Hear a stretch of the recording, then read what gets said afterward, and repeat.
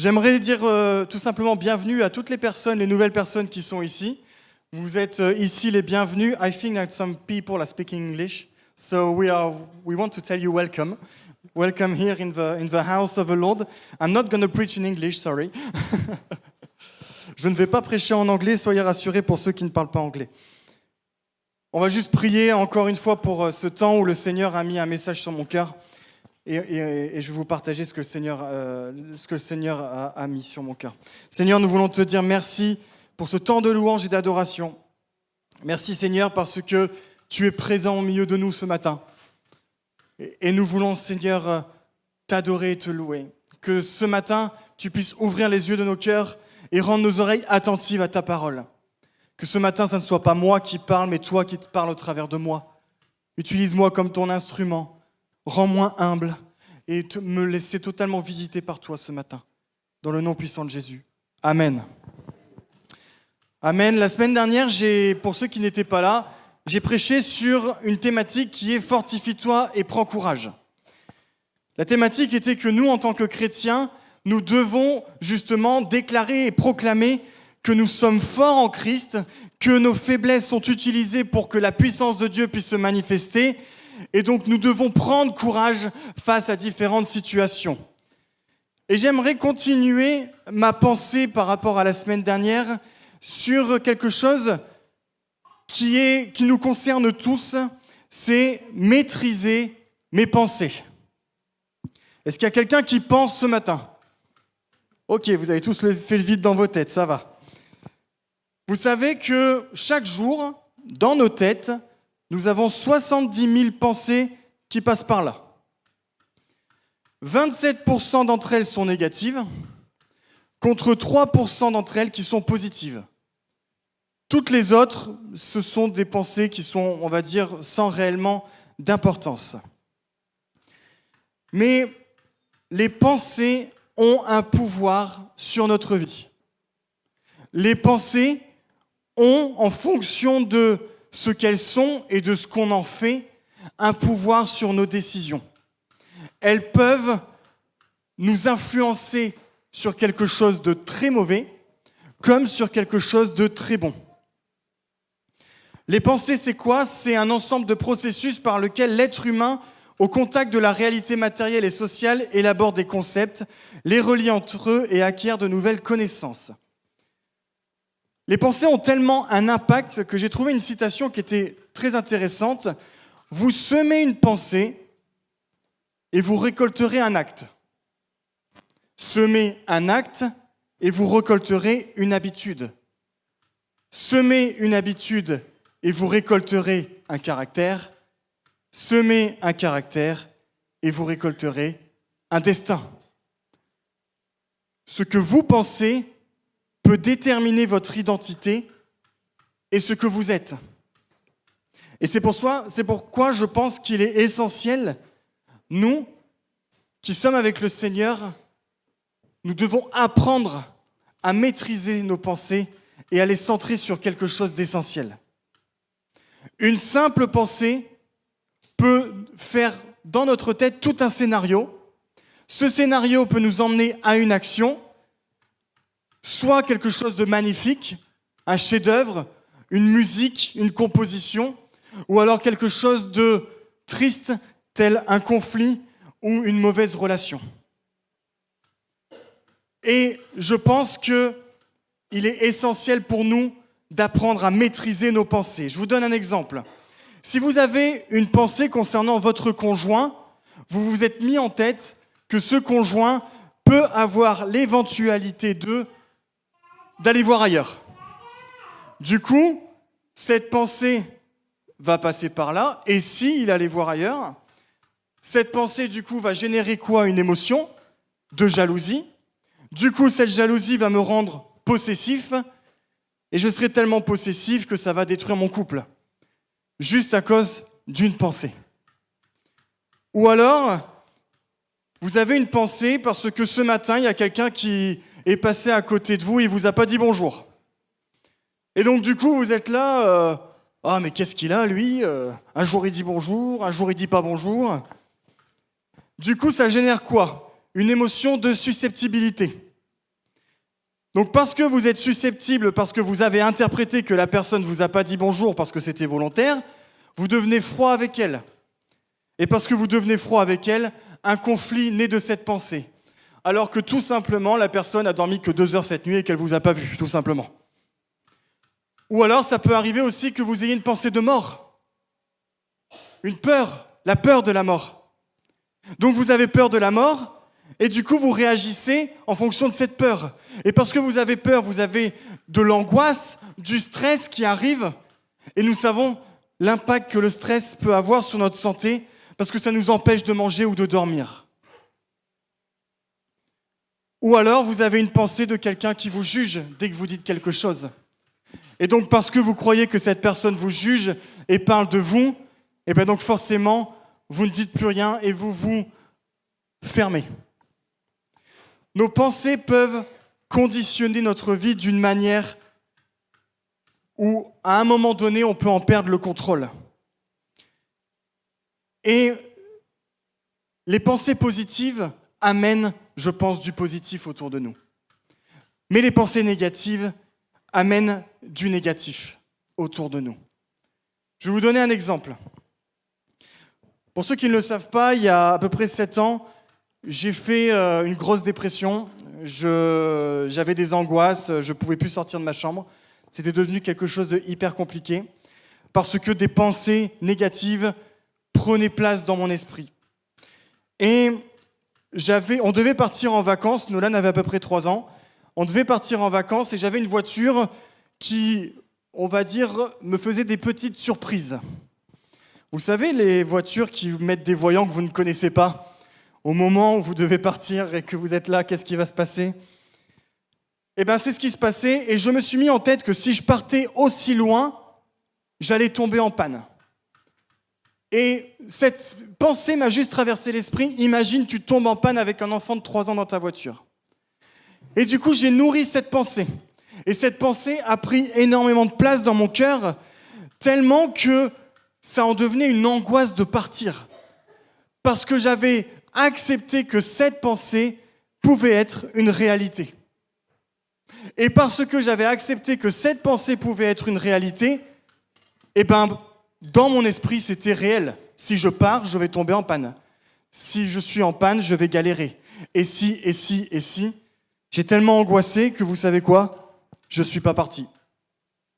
J'ai laissé cette pensée prendre le dessus sur ma vie et j'ai dû changer mes vacances en allant plus proche de chez moi en me disant si je tombe en panne, je ne serai pas trop loin. Vous imaginez à quel point les pensées peuvent conditionner nos vies ? Mais alors, du coup, comment lutter contre elles ? J'avais une pensée de chaleur, là, merci pour vous. Merci à vous. Comment les maîtriser ? Comment avoir la victoire dessus ? La première chose que nous devons nous dire, c'est que Dieu connaît nos pensées. Amen ? Dieu connaît nos pensées. Et le fait qu'il connaisse nos pensées peut nous donner une assurance que, Seigneur, tu sais ce qui est vrai, tu sais ce qui est faux, tu sais ce qui relève du réel et tu sais ce qui relève de l'irréel, je le dépose entre tes mains. Je vous invite à lire Ésaïe 55, du verset 8 à 9. Je ne sais pas si... Oh, c'est fantastique, merci la technique. « Car mes pensées ne sont pas vos pensées, et vos voix ne sont pas mes voix, dit l'Éternel. Autant les cieux sont élevés au-dessus de la terre, autant mes voix sont élevées au-dessus de vos voix, et mes pensées au-dessus de vos pensées. » Les pensées de Dieu ne sont pas les nôtres. Donc nous pouvons compter sur ces pensées parce que ces pensées sont au-dessus des nôtres. Et il connaît nos pensées. Dans Psaume 139, versets 1 à 4, voilà ce que dit David. « Éternel, tu me sondes et tu me connais. Tu sais quand je m'assieds et quand je me lève. Tu pénètres de loin ma pensée. Tu sais quand je marche et quand je me couche. Et tu pénètres toutes mes voies. » Sa parole nous indique que si j'ai une mauvaise pensée, non seulement Dieu la connaît, mais que sa pensée à lui est au-dessus de la mienne. Donc ça veut dire que je peux m'appuyer sur la pensée de Dieu afin que celle-ci puisse m'imprégner et transformer mes mauvaises pensées. Et parce que je sais que Dieu connaît mes pensées et que ses pensées sont au-dessus de les miennes, voilà ce que David dit dans le psaume 129, versets 23 à 24. « Sonde-moi, ô Dieu, pénètre mon cœur, examine-moi et pénètre les pensées qui me bouleversent. Considère si je suis sur le chemin du mal et dirige-moi sur la voie de l'éternité. Amen. » David savait que ses pensées étaient mauvaises. Et David savait que les pensées de Dieu étaient au-dessus des siennes. Donc David invita quoi? Il invita Dieu à le sonder, à aller au plus profond de lui-même, à l'examiner, à pénétrer ses pensées qui peuvent le bouleverser pour le ramener sur le chemin de l'éternité. Je peux passer d'une mauvaise pensée, ça devient une réalité, mais Dieu les connaît, ses pensées sont au-dessus des miennes, et il peut me ramener sur le chemin de l'éternité. Amen. Et donc, maintenant que je sais ça, vous allez me dire, oui, je suis au courant de tout ça, mais ça n'empêche que je continue à avoir des mauvaises pensées et j'y arrive pas. Je vais vous inviter à faire quelque chose qui est pas très spirituel, mais moi qui m'a énormément aidé sur mes mauvaises pensées, c'est le repos. Plus vous êtes fatigué, plus vous êtes vulnérable. Plus vous êtes vulnérable, plus vos pensées se mettent à tourner. Plus vos pensées tournent, plus elles vont être sur des pensées négatives, et plus ça va prendre le dessus sur vos vies. On va voir un exemple ensemble dans la Bible, qui est l'exemple d'Élie, dans 1 Roi 18, versets 22 à 24. Élie mit au défi les prophètes de Baal. Voilà ce que dit Élie au peuple.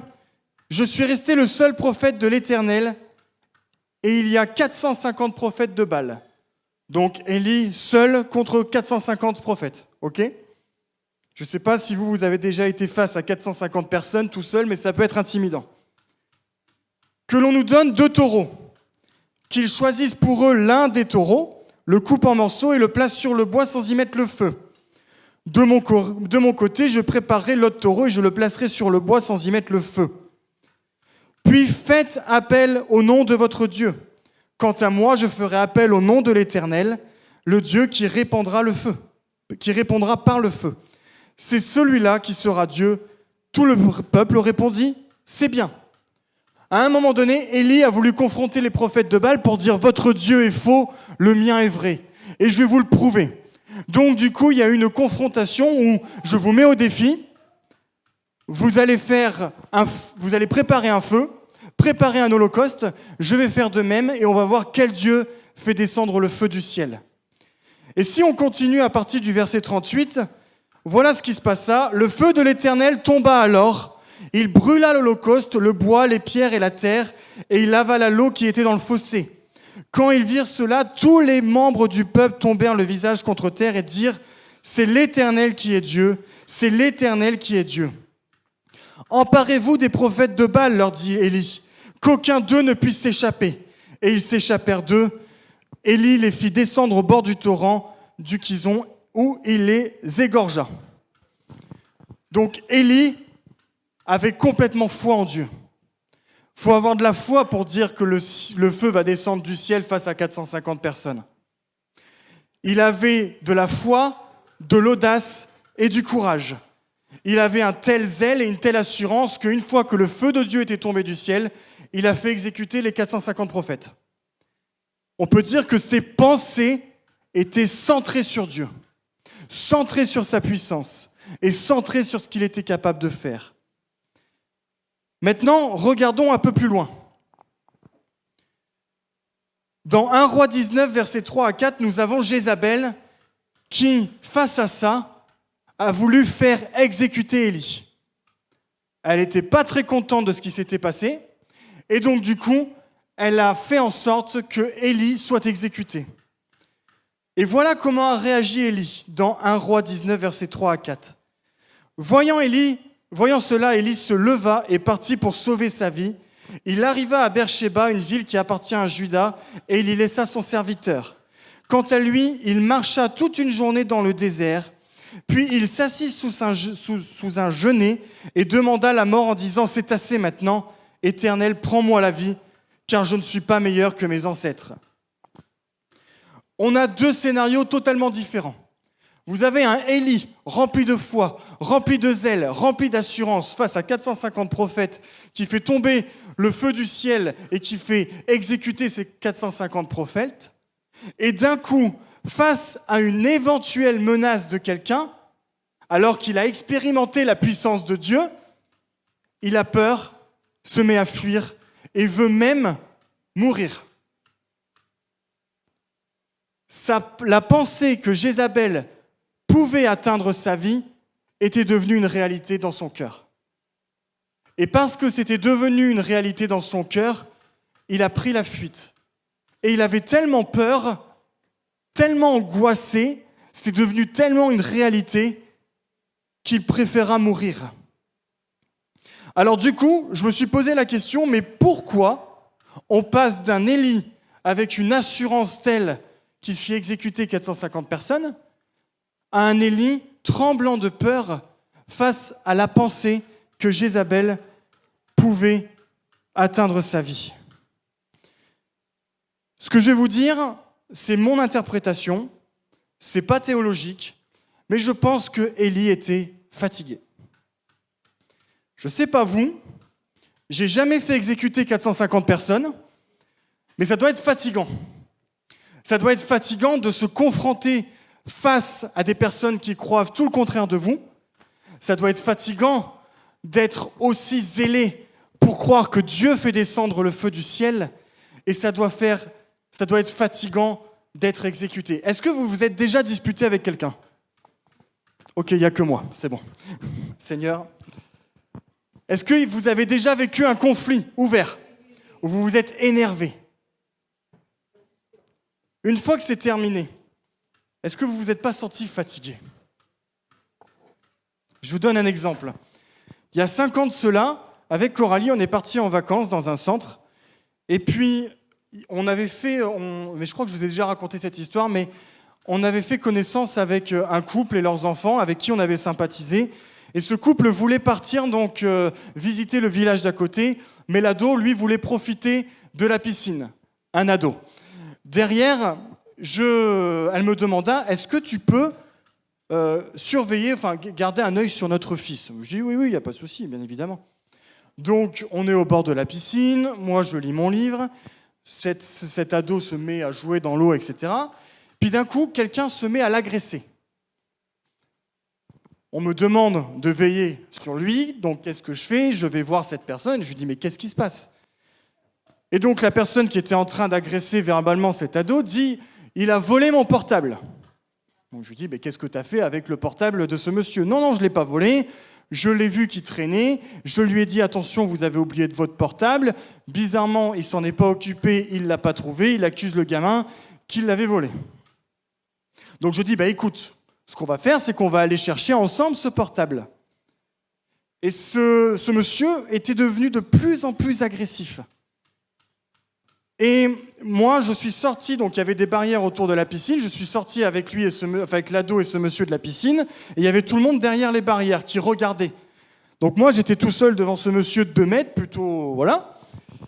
Et puis il commence à s'énerver, donc je lui dis, non mais attendez, calmez-vous, on va trouver une solution, etc. et tout. Et puis il s'énerva tellement qu'il devint insultant envers l'adolescent. Et moi, gardant mon calme, pas trop, je me suis énervé en lui disant « Bon, écoute, il commence à me gonfler, celui-là, donc le portable, il va se débrouiller, et puis nous, on retourne à la piscine. » Et là, ce monsieur dit, il me regarde comme ça, il me fait « On va se frapper. » Et là, j'ai fait « Seigneur ?» À ce moment-là, d'autres personnes sont intervenues, et ça s'est arrêté là. Et là, vous avez le palpitant qui est comme ça, vous tremblez un petit peu, ça finit bien, mais ça fatigue. Et ben, j'ai passé mon temps à rester au bord de la piscine comme ça, là, après. J'étais crevé. Et je pense que c'est ce que Élie a ressenti fois 1000. À un moment donné, il devait être fatigué. Et vous savez pourquoi je pense ça? Parce que dans le verset 5, il dit « Il se coucha et s'endormit sous un genêt. » Il a pris la fuite, il était épuisé et il se coucha. Vous savez, la fatigue nerveuse est associée à un très fort sentiment de culpabilité, à des idées noires, à une perte de l'estime de soi, une sensation d'impuissance, de renoncement et une incapacité à se projeter dans l'avenir. C'est ce qu'a vécu Élie. Et c'est ce que j'ai vécu aussi au moment où cette peur a pris le dessus dans ma vie, où j'ai laissé cette pensée prendre le dessus. Vous savez, on court partout. On passe notre temps à courir après des activités. On passe notre temps à courir après je ne sais quoi dans la société. Et on court, et on se fatigue. Et vous savez quoi? Même Dieu a pris le 7e jour pour se reposer lorsqu'il nous a créés. Mes amis, je vous invite au repos. Afin de maîtriser nos pensées, je vous invite au repos. Et si nous reprenons le verset 5 pour Élie, il se coucha et s'endormit sous un genêt, et voici qu'un ange le toucha et lui dit « Lève-toi et mange ». Il regarda et il vit à son chevet un gâteau cuit sur des pierres chauffées ainsi qu'une cruche d'eau. Il mangea et but, puis se recoucha. Clairement, Élie avait besoin de repos à ce moment-là pour repartir et faire ce que Dieu lui avait demandé de faire. Et je suis quelqu'un qui est vulnérable aux mauvaises pensées. Et je me suis rendu compte qu'il fallait que j'écoute mon corps pour que derrière, je puisse maîtriser mes pensées. C'est-à-dire qu'il faut que je dorme bien, que je mange bien et que je fasse de l'exercice afin de reprendre le contrôle sur mes pensées. Nous, en tant que chrétiens, je pense que l'ennemi nous attaque dans nos pensées. Je pense que l'ennemi fait en sorte que nous avons des mauvaises pensées. Et vous savez pourquoi je le pense? Parce que même Jésus, à un moment donné, avait tellement peur, ses pensées étaient tellement centrées sur cette peur, qu'il a eu un moment de doute en disant « si cette coupe pouvait s'éloigner de moi ». Pensée négative. Sauf que derrière, il l'a confronté par une pensée positive « mais Seigneur, pas ma volonté, mais la tienne ». Quand nous arrivons à reprendre le dessus sur les pensées positives, alors l'action devient positive, enfin sur les pensées négatives, pardon, alors l'action devient positive. Et Jésus avait pris le dessus sur ses pensées. Même Pierre, à un moment donné, dit non, tu ne mourras pas, je ne laisserai pas faire ça. Jésus a dû prendre position arrière de moi, Satan, car ses pensées ne sont pas les miennes. Nous devons à un moment donné prendre position. Et pour pouvoir prendre cette position, nous devons nous reposer. Et il y a également ce repos spirituel qui est nécessaire. Il y a un repos physique et un repos spirituel qui est nécessaire.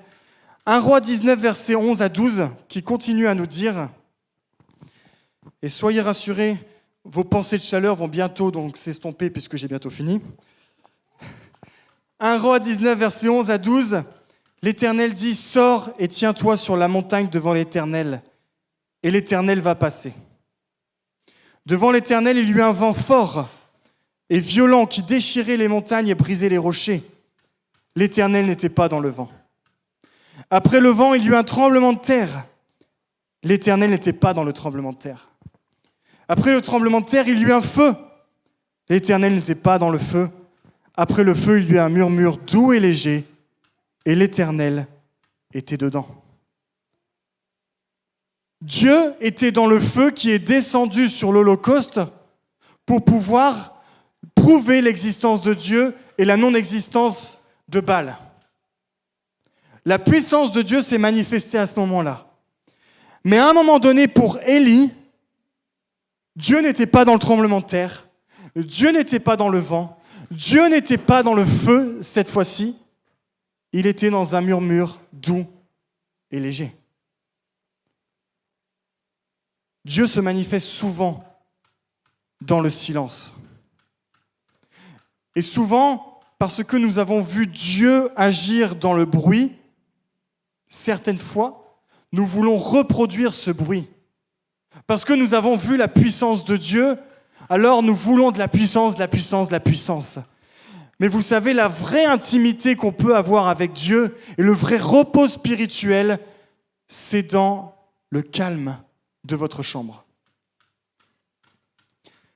Dieu vous invite à aller chercher ce murmure doux et léger dans lequel il est. Le monde est de plus en plus bruyant. Le monde est de plus en plus bruyant. C'est de plus en plus difficile de trouver du calme aujourd'hui. Vous allez quelque part, il y a de la musique à fond. Vous allumez la télé, ce n'est que du bruit de guerre, du bruit de catastrophe. Le monde est bruyant. Dieu se trouve dans un murmure doux et léger. Et pour cela, nous devons faire taire nos pensées, nous isoler pour aller chercher la présence de Dieu.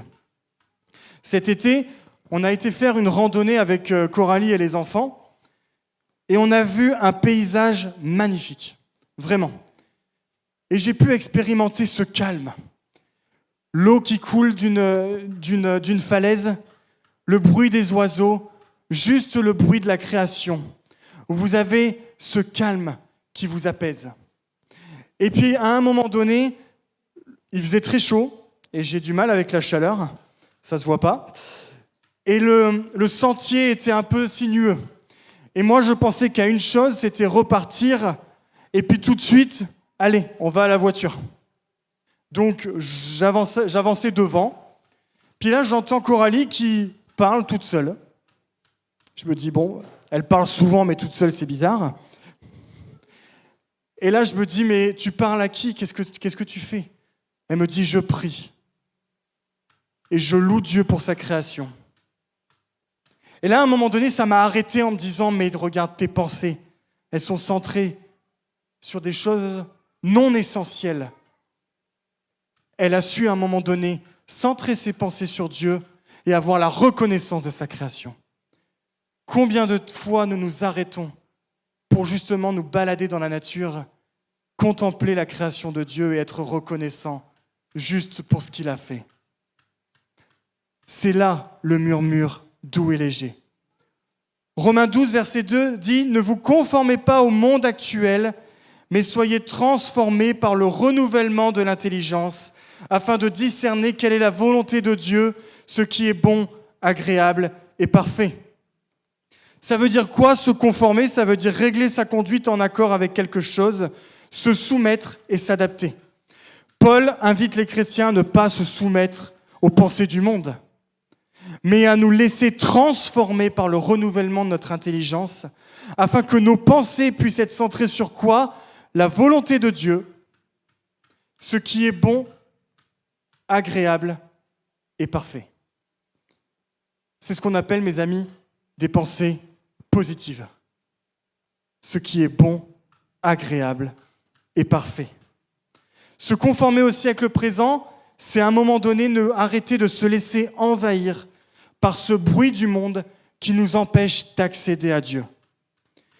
Et le psaume 46, 11 nous dit « Arrêtez et sachez que je suis Dieu, je domine sur les nations, je domine sur la terre. » Élie, à un moment donné, a dû s'arrêter,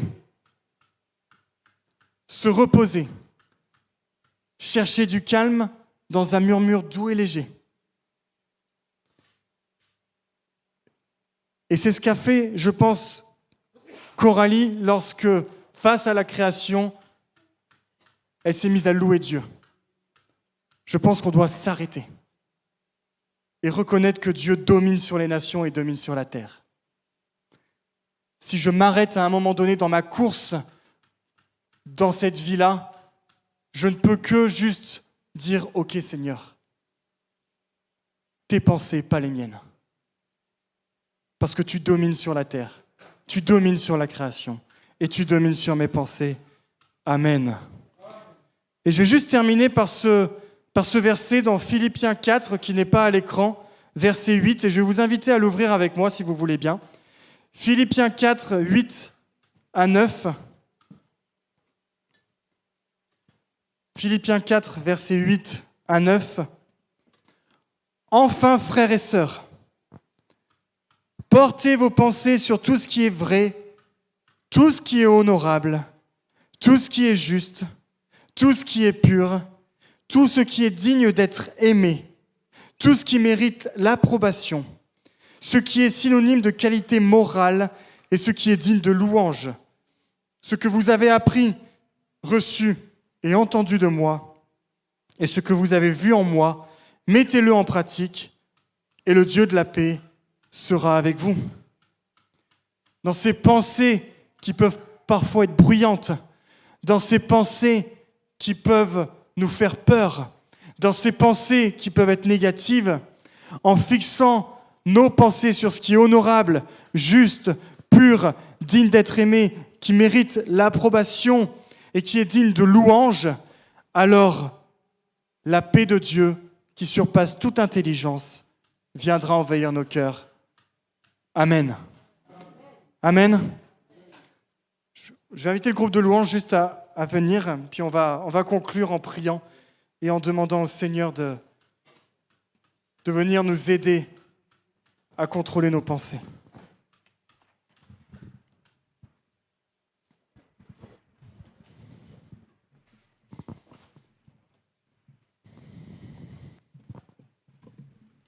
Amen, Seigneur.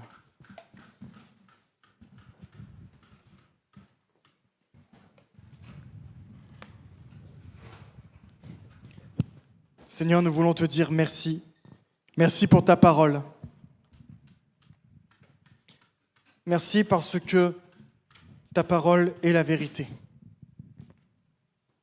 Et ta parole est une lumière dans nos sentiers qui peuvent parfois être sombres et obscurs. Nous voulons, Seigneur, que nos pensées ne soient pas celles du monde, mais qu'elles soient les tiennes. Aide-nous, Seigneur, à centrer nos pensées sur ce qui est pur, juste et digne d'être loué. Qu'est-ce qui est pur, juste et digne d'être loué? C'est toi, Jésus. Que nos pensées puissent être centrées sur toi. Que mes pensées puissent être centrées sur toi. Alors que, Seigneur, nous allons bientôt attaquer une rentrée scolaire où les activités vont reprendre, où cette course va reprendre pour certains, nous voulons prendre un temps de repos dans ta présence. Nous voulons nous arrêter et contempler qui tu es. Te louer et t'adorer, afin de décentrer nos pensées sur nous-mêmes, mais les centrer sur toi. Les centrer sur ton amour, sur ta grâce, sur ta puissance. Viens, Seigneur, envahir nos cœurs et nos têtes de tes pensées.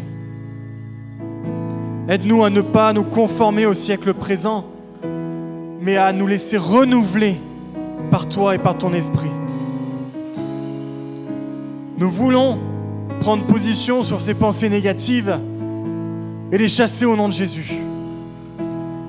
Que tout ce qui peut être semé par l'ennemi soit brisé et détruit dans le nom de Jésus-Christ. Que tout ce qui peut être semé dans nos têtes et dans nos cœurs qui ne viennent pas de toi, Seigneur, soit brisé et détruit dans le nom de Jésus-Christ.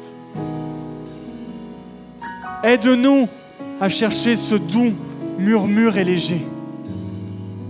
Aide-nous à chercher ta face.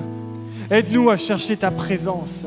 Aide-nous à nous écarter de ce monde bruyant et à nous rapprocher spirituellement de toi. Donne-nous du repos ce matin dans ta présence. Donne-nous du repos physique, mental et spirituel. Et j'aimerais avoir une pensée aussi pour notre pasteur ce matin qui est parti en vacances. Que ces vacances, Seigneur, puissent être source de repos physique, mental et spirituel pour lui. que tu puisses renouveler son intelligence, le fortifier, afin qu'il puisse continuer ton œuvre dans ce lieu, au nom de Jésus. Et que toutes les personnes ici présentes qui peuvent éventuellement se sentir fatiguées, chargées, nous voulons, Seigneur, nous appuyer sur ton repos. Ta parole dit, venez à moi, vous qui êtes chargés et fatigués, je vous donnerai du repos, car mon fardeau est doux et léger. Nous voulons, Seigneur, cesser de nous laisser accabler par ces fardeaux du monde, mais aller prendre ton fardeau à toi et chercher du repos dans tes bras d'amour. Dans le nom puissant de Jésus. Amen. Amen. Soyez bénis, bonne semaine et à dimanche prochain.